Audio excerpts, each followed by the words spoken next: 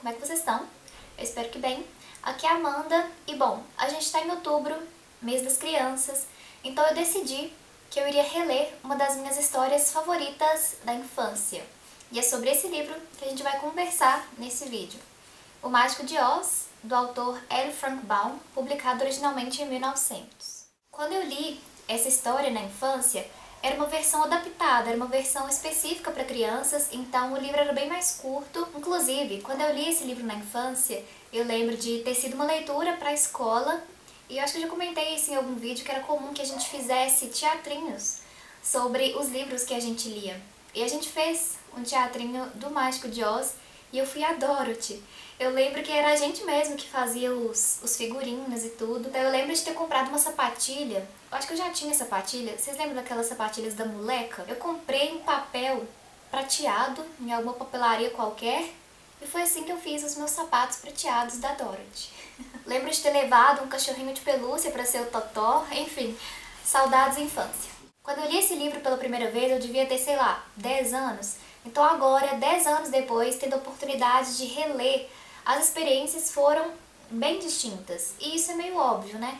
Quando eu li esse livro pela primeira vez, muitas coisas da história eu não percebi, ou eu percebi de um jeito diferente. E coisas que eu me atentei agora, eu não me atentei quando eu tinha 10 anos de idade. Então foi ótimo ter tido a oportunidade de reler esse livro agora. E ainda mais tendo lido essa edição aqui, que é uma edição comentada. Os comentários que a gente encontra na introdução e no prefácio do livro ampliam demais a visão do leitor sobre a história. Se você for ler a edição sem comentários, provavelmente você vai perceber muitas coisas que, se você tivesse lido quando criança, você não perceberia. Mas tendo contato com essas curiosidades que a gente encontra na introdução e no prefácio, a gente percebe algumas coisas que talvez a gente não percebesse se quem escreveu a introdução e o prefácio não tivesse chamado a nossa atenção para aqueles detalhes. Então achei muito interessante tanto a introdução quanto o prefácio. Na apresentação, eu tô falando introdução, mas é apresentação, ela foi escrita pelo Martin Gardner e nela a gente tem um pouco da história do autor, da carreira dele, da vida pessoal. E ele produziu muito, muito. Ele escreveu vários livros, contos, peças. Alguns foram bem aceitos, outros nem tanto. E às vezes pairavam algumas polêmicas sobre as coisas que ele escrevia. Inclusive, o próprio Mágico de Oz chegou a ser recolhido, proibido em algumas bibliotecas. Depois da apresentação, a gente tem um prefácio que foi escrito pelo Gustavo Franco, que é o Mágico de Oz como alegoria política e monetária. O prefácio também é interessantíssimo, é nele que a gente vai ter várias curiosidades a respeito do mundo de Oz criado pelo Baum, e aqui que a gente vai atentar para alguns detalhes que talvez a gente não perceberia lendo a história. Muito interessante, tanto a apresentação quanto o prefácio. Uma das coisas que eu achei mais curiosas quando eu estava lendo essa apresentação e o prefácio é que existem várias continuações para o Mágico de Oz. E eu não sabia disso, eu não fazia ideia. Eu pensei que o Mágico de Oz fosse um único livro. Esse livro é o primeiro, que foi publicado em 1900, mas o Baum escreveu 14 livros sobre a Terra de Oz. 14. Mas as continuações não param por aqui. Outros autores escreveram histórias que se passam na Terra de Oz e, salvo engano, foram 26 continuações escritas por autores diferentes. Então, tem muita história sobre essa Terra de Oz. Enfim, eu não vou me estender muito falando sobre essas curiosidades, mas tem várias. Tem certa polêmica até sobre o nome Oz, não polêmica, mas é porque há divergências sobre por que ele escolheu esse nome, Oz. O que seria Oz? Seria uma referência aqui. E tem muita curiosidade interessante a respeito dos próprios personagens, a respeito do leão, do lenhador de lata, do espantalho, da Dorothy, do próprio Totó. É interessantíssimo, gente. Eu acredito que mesmo quem nunca tenha lido o livro, saiba o básico sobre essa história aqui. É a história de infância, né? Mas vamos fazer um apanhadão geral sobre o que é o Mágico de Oz. No início do livro a gente tem contato com a Dorothy, que é uma garotinha que vive no Kansas com os tios, e ela tem um cachorrinho chamado Totó. Um dia um ciclone ataca o Kansas e os tios dela correm para um cômodo como se fosse uma espécie de porão. É um cômodo que fica como se fosse embaixo da casa, embaixo da terra mesmo, para se protegerem desse ciclone. Mas o Totó, naquele momento, ele acaba correndo e a Dorothy vai atrás dele para salvá-lo do ciclone, para não deixar ele ali ao léu. E quando ela corre pra entrar nesse cômodo pra se proteger, ela não consegue mais entrar. Então ela acaba ficando na casa mesmo e o ciclone leva a casa embora. O ciclone leva a casa pelos ares e onde a casa cai depois? Na Terra de Oz. A casa cai em um lugar muito estratégico, por assim dizer. Uma coisa boa acontece com a queda da casa, mas eu não vou contar o que é, caso você não saiba. Mas a Dorothy, quando ela chega ali, o que ela quer é voltar pra casa. Então ela pergunta para as pessoas que ela encontra ali como ela faz para voltar para casa. E as pessoas respondem que para que ela consiga voltar para o Kansas, ela tem que encontrar o Mágico de Oz, o poderoso Mágico de Oz, porque ele poderá ajudá-la a voltar para o Kansas. E aí ela pergunta, como eu encontro o Mágico de Oz? E as pessoas dizem que ele vive na Cidade das Esmeraldas. E para chegar na Cidade das Esmeraldas, você tem que seguir a Estrada de Tijolos Amarelos, a famosa Estrada de Tijolos Amarelos. No caminho de Oz, ela encontra o Espantalho e ela diz pra ele que ela tá indo procurar o Oz. Aí o Espantalho fala, eu vou com você, porque eu quero que ele me dê um cérebro, para que eu não seja burro como eu sou, eu quero miolos. Então o Espantalho segue com a Dorothy buscando o Mágico de Oz. Um pouco mais à frente, eles encontram o Lenhador de Lata. E eles falam que eles estão indo procurar o Oz. Então o Lenhador de Lata fala, eu vou com vocês, porque talvez o Oz possa me dar um coração que eu quero sentir, eu não quero ser insensível. E no caminho eles encontram mais alguém. O Leão, ele também fica sabendo que eles estão indo procurar o Oz e ele fala, eu vou com vocês porque eu quero que o Oz me dê coragem. Eu não quero mais ser um leão covarde. Então, seguem todos à procura de Oz, cada um com um desejo específico.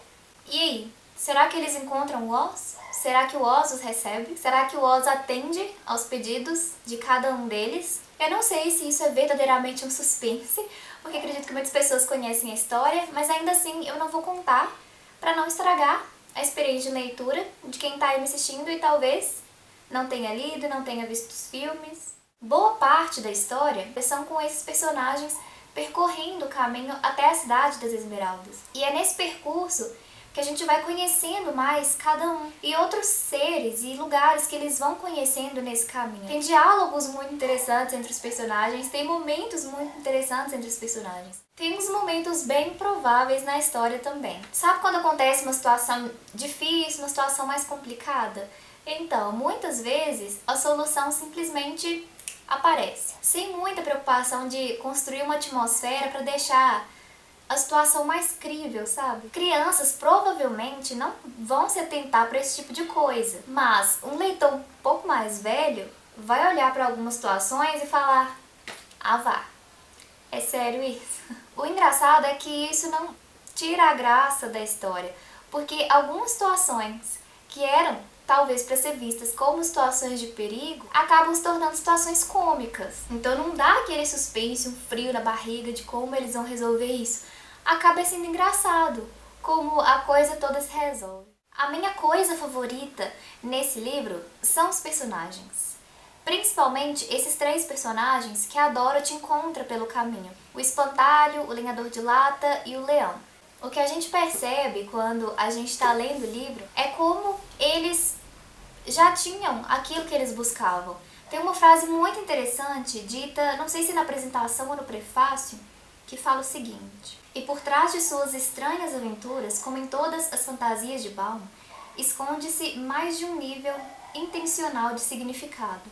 O leão covarde, o espantalho e o lenhador de lata ilustram deliciosamente a tendência humana de confundir uma virtude real com seus símbolos externos sem valor.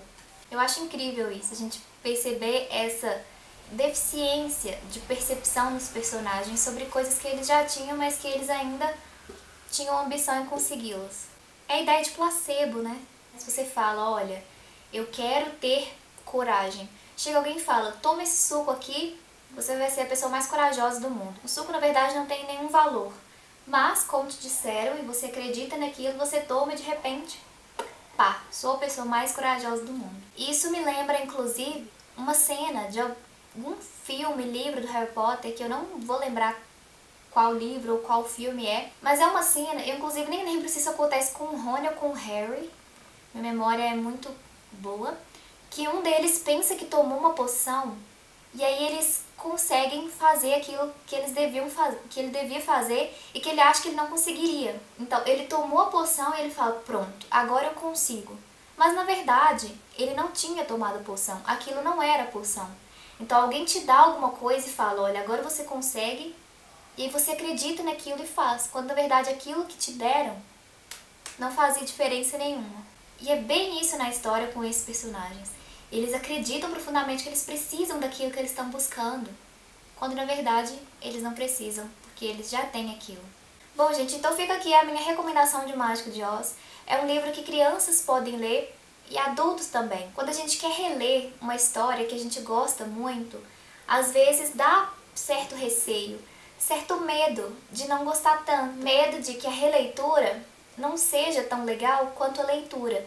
Mas felizmente, nesse caso, isso não aconteceu. Como eu disse pra vocês, O Mágico de Oz, uma das minhas histórias favoritas na infância, e lendo agora, um pouco mais velho, continuei gostando demais. Livro interessantíssimo para crianças, adultos, enfim, para todo mundo. Mostrando a edição com mais detalhes para vocês, ela é em tamanho normal. Esse aqui não é um livro de bolso, é em capa dura.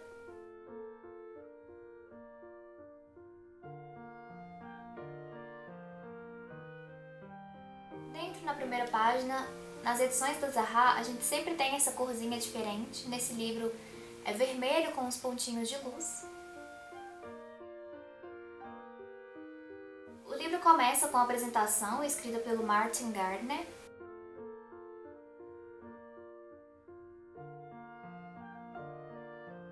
Depois a gente tem o prefácio, escrito pelo Gustavo Franco. Na página 69, o livro começa de fato, a história começa. E antes disso, a gente tem uma breve introduçãozinha que foi escrita pelo autor.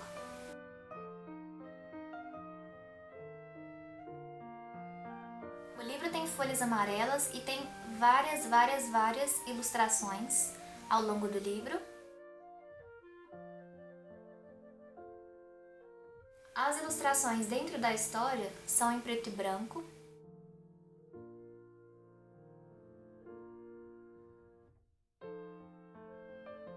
Mas no finalzinho a gente tem algumas ilustrações coloridas. Edição linda e bastante caprichada. Então é isso, gente. Espero que vocês tenham gostado do vídeo. Se já leram O Mágico de Oz, me conta aí nos comentários o que é que você achou. Se você já leu esse livro na infância, se você gostou também, se você leu depois de mais velho, o que é que você achou. Enfim, vamos bater um papo aí nos comentários. Então por hoje é isso, eu vou ficando por aqui. Muito obrigada por ter me assistido.